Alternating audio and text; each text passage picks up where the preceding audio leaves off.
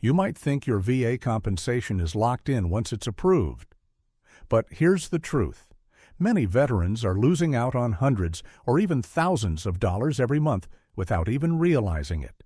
Not because they're doing something wrong on purpose, but because of small, seemingly innocent habits that quietly chip away at their benefits over time.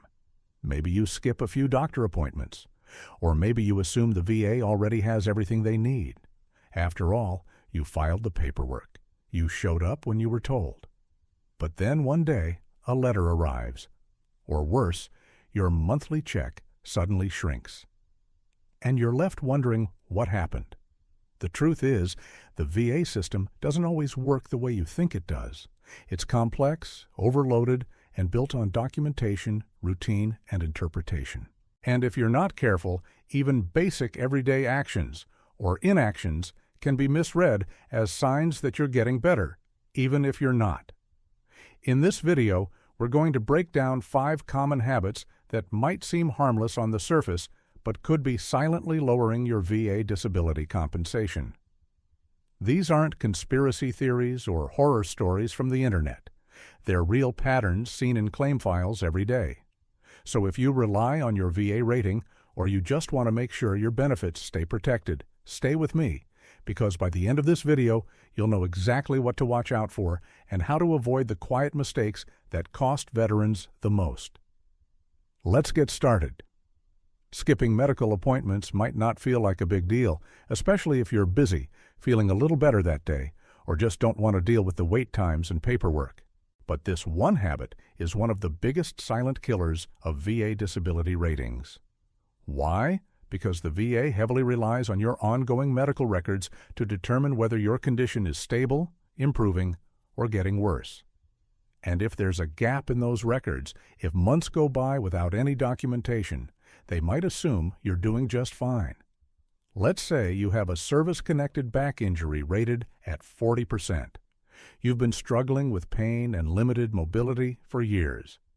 But one year, you miss a couple of physical therapy sessions. Then you skip a follow-up. Eventually, you stop mentioning it during checkups because nothing seems to be changing. From your perspective, the pain hasn't gone away. You've just adapted. But from the VA's perspective, the lack of consistent updates might read as condition improved. Even worse, if a compensation and pension exam is scheduled and you miss it, your entire claim could be denied or reduced on that basis alone. The VA sees missed appointments, especially repeatedly, as a sign of non-compliance or disinterest in continuing care. And in a system already strained and overburdened, that's often all it takes to bump your case lower in priority. So if you've ever thought, "I'll just reschedule later," or "it's not worth going if I don't feel worse," think again. Every skipped appointment is a missing puzzle piece in your record. And when it comes to protecting your rating, consistency is your strongest ally. Even if the appointment feels routine, showing up keeps your file alive and keeps your benefits safe. Downplaying your symptoms might seem polite, modest, or even just practical. But when it comes to the VA, being too humble can quietly sabotage your entire case. Many veterans are used to pushing through pain, minimizing discomfort, or brushing off mental health struggles. You might think, others have it worse, or I don't want to sound like I'm complaining. But here's the problem.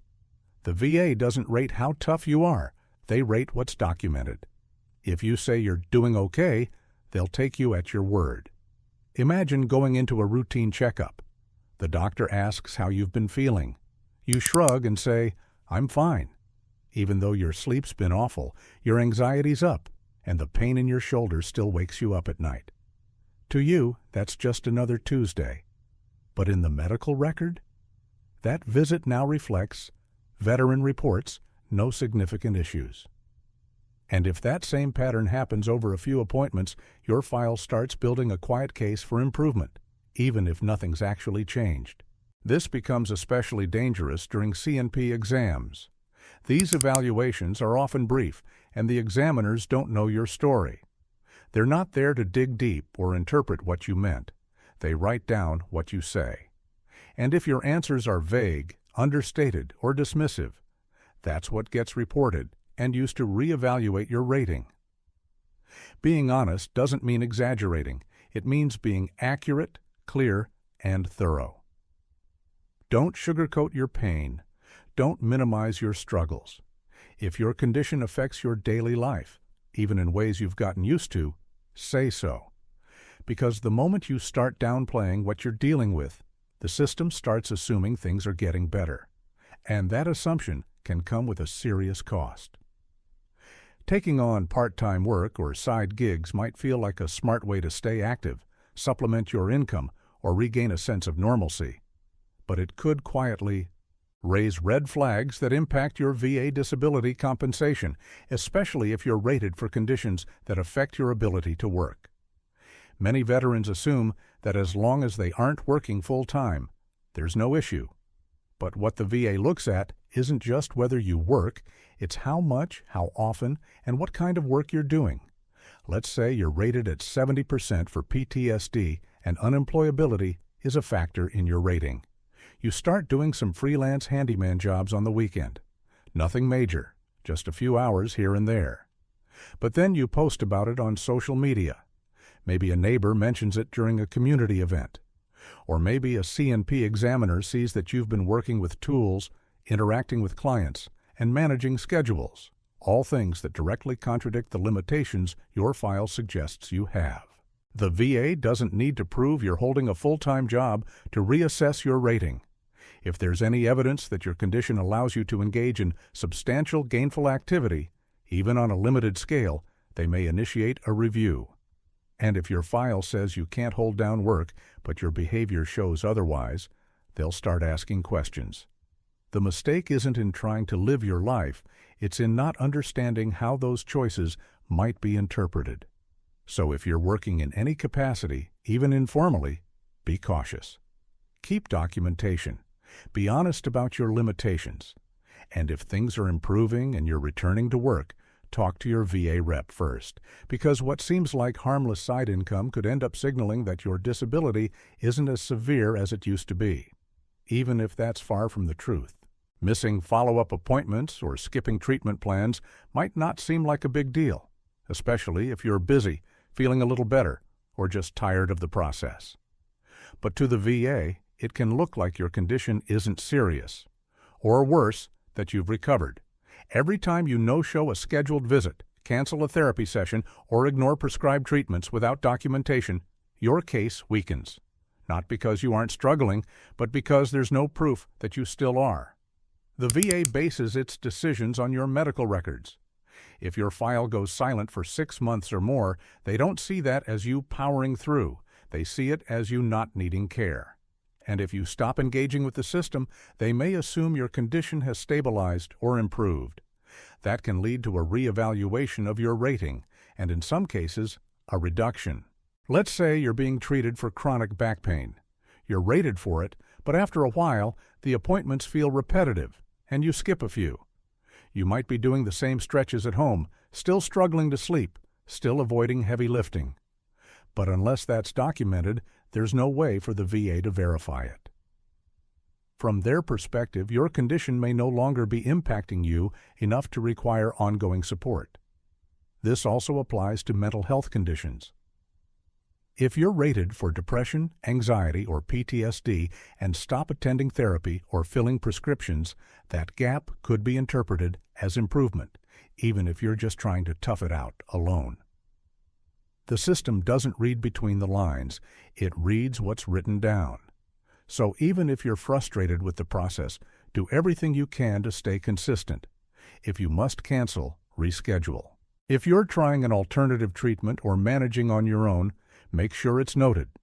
Because in the VA's eyes, silence isn't neutral, it's evidence. And that silence could be the reason your rating quietly slips away. Posting on social media might feel like a harmless way to stay connected, but for veterans receiving disability compensation, it can become an unexpected trap. The VA has access to more information than most people think.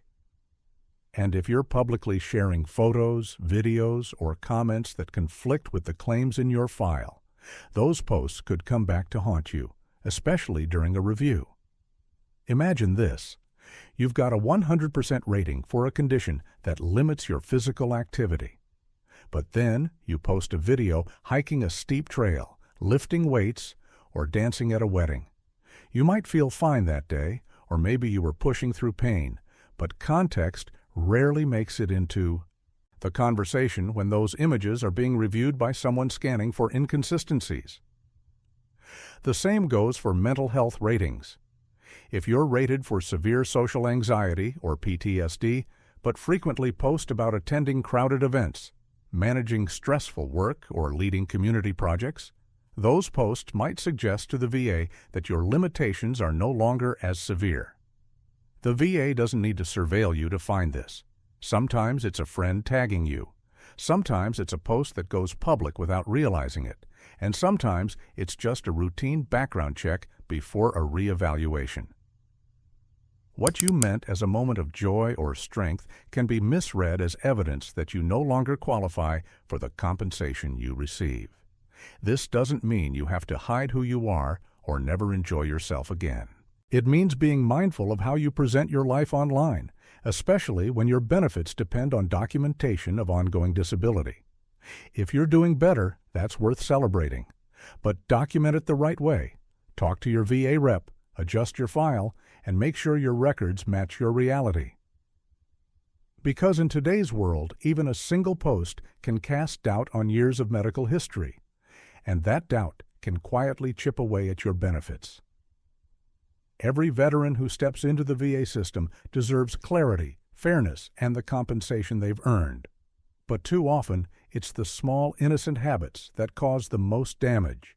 Things like casually saying you're doing fine, taking on light side work, or even sharing a joyful moment online can be misinterpreted as signs that your disability no longer impacts your life.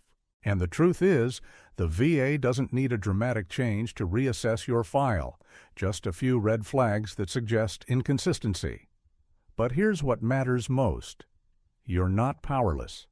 Now that you know how these habits might be quietly lowering your compensation, you can start protecting yourself. Be intentional with your language during evaluations. Understand what working really means in the VA's eyes. Track your symptoms honestly. And be cautious about what parts of your life you share publicly without context. You've already sacrificed more than enough. You shouldn't have to lose the benefits you earned just because of a misunderstanding or a casual mistake. Thank you for spending this time with us today. If this video helped shed light on something you hadn't considered before, we'd love to hear about it. Leave a comment below and share which section hit home for you. And if you know someone else navigating the VA system, pass this along. It might be exactly what they need to see before something slips through the cracks. If you found this video valuable, please like, subscribe, and turn on the bell so you don't miss the next one. Your support helps us keep creating content that protects and empowers veterans just like you. Thanks again for watching, and we'll see you in the next video.